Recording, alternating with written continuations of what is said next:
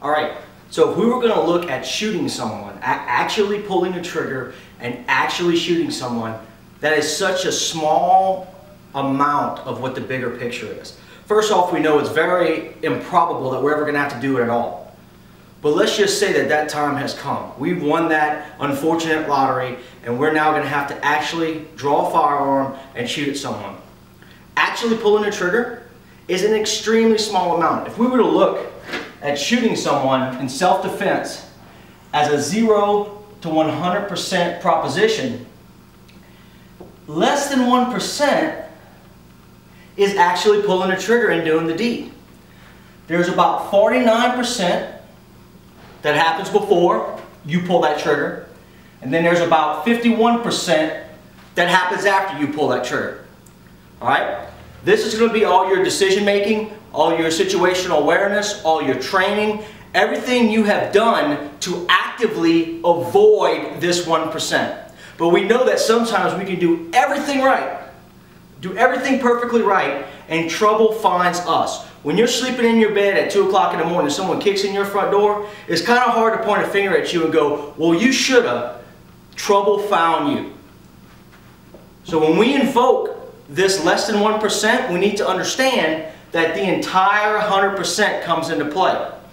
This 51% is everything that happens after. That's going to be our other two fights. We talked about the actual physical altercation, a knife fight, gun fight, fist fight, whatever. The emotional battle and the legal battle. Those two are here.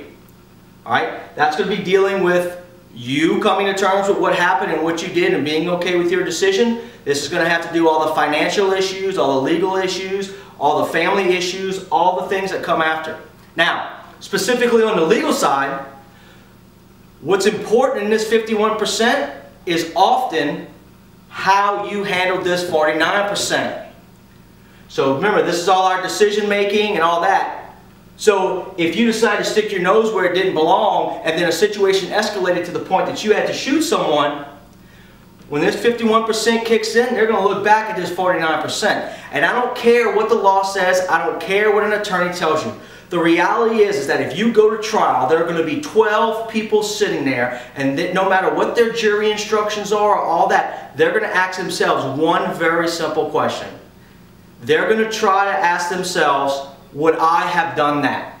And if the answer is no for those 12 people, you are pretty much done, with rare exceptions. But if those 12 people could even fathom that, yeah, that's something I could possibly see myself doing, you're going to be in a much better place legally. So remember, it's 100%, but less than 1% is actually pulling a trigger on someone.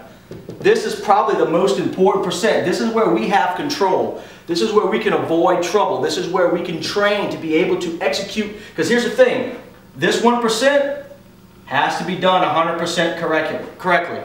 This is your parachute. When you pull that cord, you better do it right. If not, you're probably not going to make it to that 51%. So, we know this happening is very rare, but we know when it happens, we have to do it 100%, and we have to make sure that prior to that, we have made good decisions and done good things, so that when this comes into play, we're sitting in a much better position.